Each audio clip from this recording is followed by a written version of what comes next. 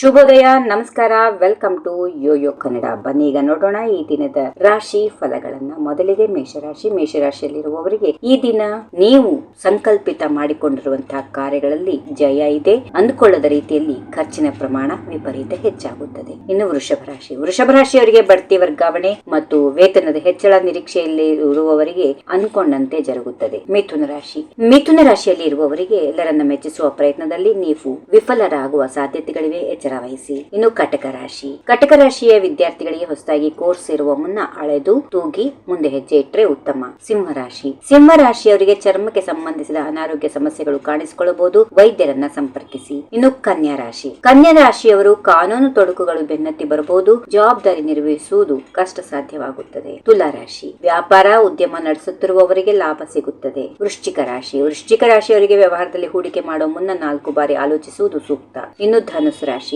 ವಿವಾಹದ ಆಚೆಗಿನ ಸಂಬಂಧದ ಕಡೆಗೆ ಆಕರ್ಷಿತರಾಗಿ ನೆಮ್ಮದಿ ಹಾಳಾಗುವ ಸಾಧ್ಯತೆಗಳು ಇರುತ್ತವೆ. ಇನ್ನು ಮಕರ ರಾಶಿ ಉದ್ಯೋಗಸ್ಥರಿಗೆ ಮೇಲಧಿಕಾರಿಗಳಿಂದ ಅತ್ಯುತ್ತಮ ಬೆಂಬಲ ಸಿಗುತ್ತದೆ. ಕುಂಭ ರಾಶಿ ಮಧುಮೇಹದಂತಹ ಆರೋಗ್ಯ ಸಮಸ್ಯೆಗಳು ಇರುವವರು ಕಡ್ಡಾಯವಾಗಿ ವೈದ್ಯರನ್ನ ಸಂಪರ್ಕಿಸಿ. ಇನ್ನು ಕೊನೆಯದಾಗಿ ಮೀನರಾಶಿ ಗರ್ಭಿಣಿಯರು ಆರೋಗ್ಯದ ಕಡೆಗೆ ಹೆಚ್ಚಿನ ಗಮನ ಕೊಡಿ. ವಿದ್ಯಾರ್ಥಿಗಳು ದುಶ್ಚಟಗಳಿಂದ ಸಾಧ್ಯವಾದಷ್ಟು ದೂರ ಇರಿ. ಹೀಗಿವೆ ಈ ದಿನದ ರಾಶಿ ಫಲಗಳು. ಸರ್ವರಿಗೆ ಶುಭವಾಗಲಿ. ಶುಭ ದಿನ. ನಮಸ್ಕಾರ.